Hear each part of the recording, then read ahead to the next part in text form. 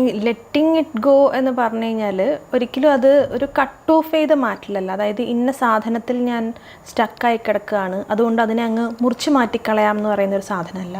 അതായത് നമ്മളെ മുന്നോട്ട് പോകുന്നതിൽ ഇപ്പോൾ മൂവ് ഓൺ ചെയ്യുക എന്ന് നമ്മൾ കേട്ടിട്ടില്ലേ?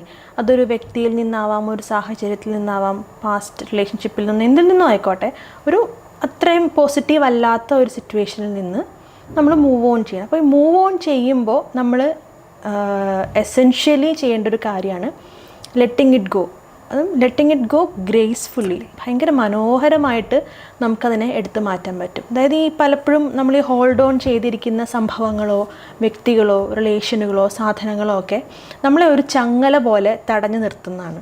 അപ്പോൾ ആ ചങ്ങലയെ അറുത്ത് മുറിച്ച് മാറ്റി കളയുന്നതിന് പകരം ആ ചങ്ങലയുടെ കുരുക്ക് എവിടെയാണെന്ന് മനസ്സിലാക്കി ആ കുരുക്കിനെ അഴിച്ച് പതുക്കെ വളരെ സാവധാനത്തിൽ ആ കുരുക്കിനെ അഴിച്ച് ആ ചങ്ങലയെ അങ്ങനെ തന്നെ എടുത്ത് നമ്മൾ നിമഞ്ജനം ചെയ്യുക എന്നൊരു കൺസെപ്റ്റ് ഉണ്ട് ഹിന്ദുസത്തിൽ. അതായത് നമ്മളങ്ങനെ ഒഴുക്കിക്കളയുക, അത്രയും സമാധാനത്തോടുകൂടി നമ്മൾ ചെയ്യണം. അല്ലാതെ ആരോടുള്ള വാശിപ്പുറത്തോ ദേഷ്യത്തിൻ്റെ പുറത്തോ ഒരു ആവേശത്തിൻ്റെ പുറത്തോ ആരെയെങ്കിലും കാണിക്കാൻ വേണ്ടിയോ, ഇപ്പം ഞാൻ എല്ലാത്തിനും മൂവായി എന്ന് സമൂഹത്തെ കാണിക്കാൻ അല്ലെങ്കിൽ സോഷ്യൽ മീഡിയയിൽ പോസ്റ്റ് ഇടാൻ വേണ്ടിയോ ഒന്നും ആവരുത്. അത് ശരിക്കും ആത്മാർത്ഥമായിട്ട് നമ്മുടെ ഉള്ളിൽ നിന്ന് വന്നിട്ട് ചെയ്യേണ്ട ഒരു കാര്യമാണ് ഈ ലെറ്റിങ് ഇറ്റ് ഗോ ഗ്രേസ്ഫുള്ളി എന്ന് പറയുന്ന ഒരു സാധനം.